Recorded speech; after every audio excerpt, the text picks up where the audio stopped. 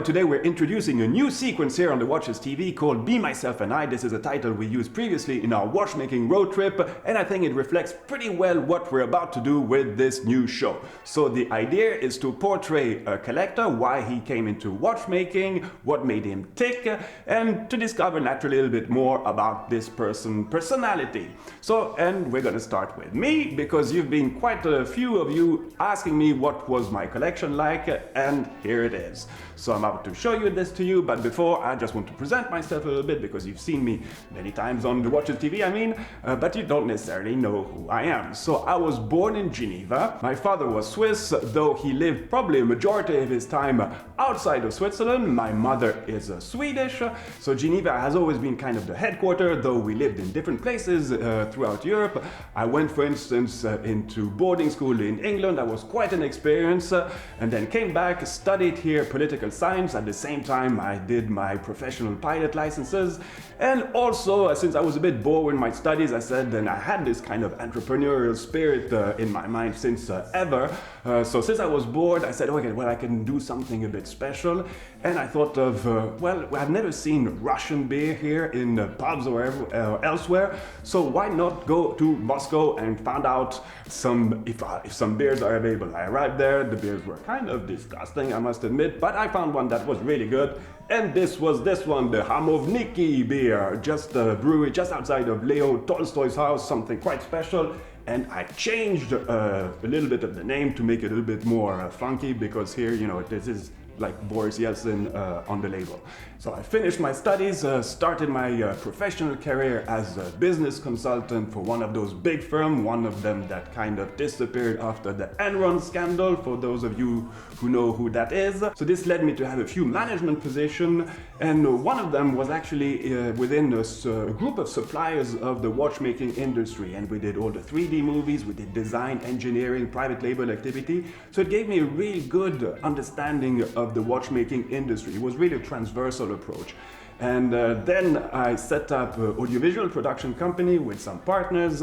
This has always been kind of my goal. I guess there's a bit of genetic there. My grandfather used to be a cinema producer in Sweden a long time ago. And then I said, well, how can I mix those two experiences, my experience in the watchmaking industry and in the audiovisual production world? And that's why I created the Watches TV, because I thought some of the movies that you would see that the brands did were quite boring. I said, well, maybe we can treat this industry with another way, with another tone. So hopefully you kind of understand clearly now how we do things and what is our goal, and like I said, to be as inclusive as possible. Anyhow, in this sequence also, I also want to I would like to ask the next people that will participate in showing us, some objects that are kind of dear to them. So I've picked just a few, and this is makes a little link with my passion for aviation. This is a static pilot tube of a Gulfstream, because when I was a student, I also worked summertime in a private aircraft maintenance facility here based in Geneva, and we had a lot to do with really, really nice private jets. And I just love this piece. Full titanium is just so smooth. There's something, I don't know, very sensual about this piece. I love it. So the second object I want to show to you is this little machine.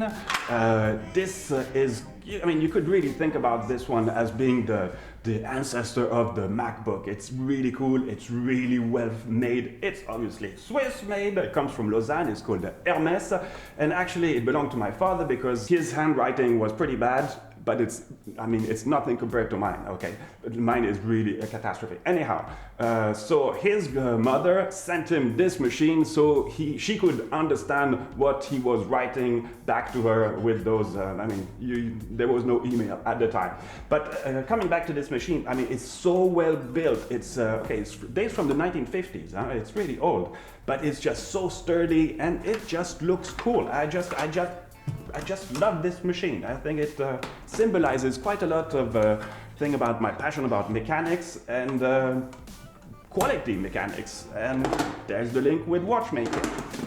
All right, so, and this little fellow here, well, that's a souvenir brought back from a Mexican trip, and I don't know why, I think it suits me pretty well and suits the purpose of this new show. Anyhow, let's go now straight into the watches, and I'm gonna make this very chronological. Coming from the first ones to the most recent ones. So I don't have a huge collection. All the money I get, I put it in the Watches TV because that's really my number one passion, I would say. And so let's start. So the first watch I have here is a Breitling. It was given to me by my father. It dates from the early 70s. That was obviously his personal watch. It used to have a metal bracelet before, but unfortunately, I have to admit, I lost it. And it's just a cool watch. I mean, it's like a workhorse. I mean, it's automatic chronograph, and when you move it around, you really hear this sound of when it's winding up. Okay, and I just like those orange hands. I think it still looks cool. Second watch. Comes also from my father. This is from the late 80s. It's a Blancpain with annual calendar inscriptions. It's not an annual calendar in terms of complication. You still have to change the dates, I mean the month, manually, depending on the 30th or 31 day month. And it used to come, like I said, it was late 80s, so it was a bit different taste, I would say, at the time, with the bicolor, gold and steel. Apparently it's coming back into fashion with some of the brands, but I prefer to change it and use a leather strap. So a few years went by, and at one moment I was part of a kind of a cigar club, and among those guys that were in it was Antoine Preciuso. And so all the guys in the cigar club had Antoine Preciuso's watch, and that's where I got this Gran Robusto. It's also a chronograph. It's quite big. I mean, I have rather small wrists, so maybe a little bit too big for me, but I don't wear it that often, I have to admit. Then still another chronograph with this classic Breitling Navitimer. Again, I'm a pilot, so it talks to me. I just want to say a little funny story about that. Like I said, I've always been this kind of entrepreneurial spirit, and in 2000, I created the first online pilot logbook that worked both for FAA pilots, American pilots, and JAA pilots, European pilots. So you could log both of your hours depending on what kind of flight rules you had to abide to, but you would have a consolidated view of your hours, landing, instrument approaches, and so forth. So this was quite a cool and revolutionary system.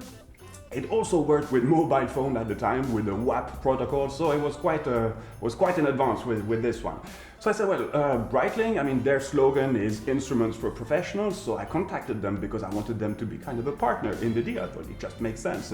But then Breitling kindly came back to me and said, well, actually, we don't sell watches to pilots, so we don't care, and things like that. So that was a real disappointment, I have to say, but at the same time, it kind of opened my eyes into what is this kind of marketing in watchmaking. So that's it for the story. Again, still a chronograph, a bit boring maybe, but I've changed after that. Anyhow, at the time, everybody was buying Rolex Daytonas. I wanted to be a little bit more original. So there was something a little bit similar there. This is a Girard-Perregaux Laureato Evo 3. It comes in a titanium case. It's really smooth. It's really nice to feel, actually.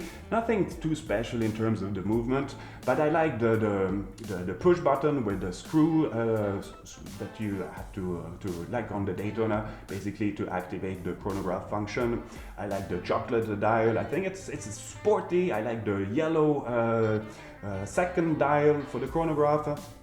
I think it still looks pretty cool. I have to say I still quite like this watch. It's a bit bruised up, I have to admit, so it just proves that I did wear it a lot. So after all those chronographs, well, now was time for me maybe to get a bit more elegant, because I didn't have any watch that would portray that apart from the Blancpain. But again, the Blancpain, the late 80s, rather small dial, and my father was bigger than me, so it kind of amuses me to see where we went in terms of sizes. So I love this watch. I wanted to be a bit original. I just wanted to have a simple, round, elegant watch. Something like, for instance, you could find in the Vacheron Constantin Patrimony collection. But again, I wanted to have something a bit more special, a bit more maybe original and exclusive. So this is the Parmigiani 1950 Tonda. I just love this watch. It's simple, pure, elegant, beautiful movement, nice finishing. I mean, this is quite, I really like this one. Works very well. And I know I will wear it for a very long time.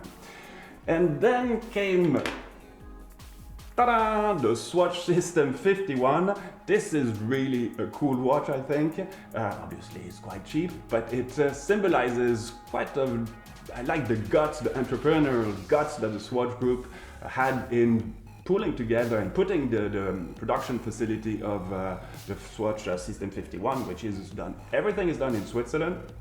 It's a mechanical watch, and this was part of the first series, kind of, so I was a bit of a geeky approach when I purchased this watch.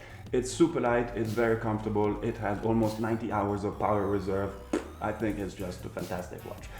But then I went a little bit crazy, okay? And well, this is obviously today my ultimate favorite watch of all. This is the MB&F Legacy Machine 1. So this is the first iteration, the first model of the Legacy Machine collection of MB&F. Before they only had like really those crazy timepieces known in the HM horological machines, and then Max Büsser introduced something that for me means a lot, and I think I made that quite obvious in the conclusion of the watchmaking road trip. This watch for me symbolizes really this clear link between the past, where we come from, what watchmaking meant at the time, and today's world, and even the future, okay? So this watch, obviously, I will always love it, I will always cherish it. I know that in 50 years it will still look cool, and I'm very proud of wearing this one. So went again a little bit crazy, but at the same time, I haven't changed cars in 15 years, okay? So I try to be kind of cautious where I put my money. And the latest watch I bought, this is kind of more of a gimmick, a little more of a gadget, but it's a fun watch. This is a watch, it's called the Amida. It belongs to what is called the Digitrend type of watches from the late 70s. It's first originated in 1976, and you have this kind of digital dial here, a way of showing time. It has a jumping hour. This was a cheap watch at the time, okay? It tried to compete against the Girard-Perregaux casquette, for instance, but it was seen as a cheap watch, and it's still quite cheap today. I mean, I didn't go too crazy with this one. I think it's just fun, and I don't wear it that often for the time being, but I think it's a pretty cool watch. So there you go. Now you've seen everything about my collection. I don't know, I still have so many dreams, I have to say. Who knows if everything goes well within the 5, 10, 20 years, this will expand a little bit. I know already a few of the models I would really love. So if you want to share your passion also, you want to share your collection of watchmaking, don't hesitate to contact us. It would be a real pleasure for us to meet you and go through your collection. And again, we're gonna have some meetings with some really high-end collectors that are gonna show us some really crazy timepieces. But I mean, everybody does with what they can, and it's the passion that counts. So even if you don't have crazy timepieces, but you're really passionate and you want to share your passion and your interest for watchmaking with the other people from the audience also, please do so. Don't hesitate again to contact us. Thank you very much for your time, and see you soon.